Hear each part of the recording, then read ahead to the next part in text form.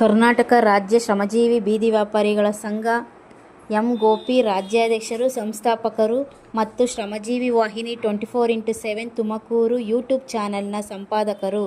ಇವರ ನೇತೃತ್ವದಲ್ಲಿ ದಿನಾಂಕ 4/9/2025 ಇಂದು ಬೆಳಗ್ಗೆ 10:30ಕ್ಕೆ ಕಾಯಿಪೇಟೆ ಗಣೇಶನ ದೇವಸ್ಥಾನದ ಹಿಂಭಾಗ ಗುಬ್ಬಿ ತಾಲೂಕಿನಲ್ಲಿ ನೂತನ ಶಾಖಾ ಕಚೇರಿಯನ್ನು ಪ್ರಾರಂಭ ಮಾಡಲಾಯಿತು.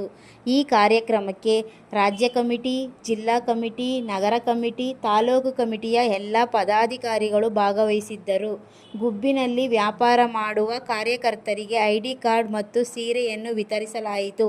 ಈ ಕಾರ್ಯಕ್ರಮಕ್ಕೆ ಭಾಗವಹಿಸಿದ ಪದಾಧಿಕಾರಿಗಳು ಶಿವಣ್ಣ, ರಾಜಣ್ಣ, ಓಂಕಾರ್, ಆದಿಲ್ ಬಾಷಾ, ಸಿದ್ದು, ಗೋಬಿ, ರಮ್ಯಾ, ನಾಗರಾಜ್, ಆನಂದ್, ಸತ್ಯಸಮಾಧಾನ, ಭವ್ಯ, ಗಂಗಾಧರ್, ಕೆಂಪಣ್ಣ, ಕುಮಾರ್, ಸೈಯದ್ ಸೈಫುಲ್ಲಾ, ಮಹಬೂಬ್ ಪಾಷಾ, ಕವಿತಾ, ರೇಣುಕಾ, ಚೈತ್ರ, ಲಕ್ಷ್ಮಮ್ಮ, ಜಯಮ್ಮ, ಭಕ್ತವತ್ಸಲ ಭಾಗವಹಿಸಿದ್ದರು.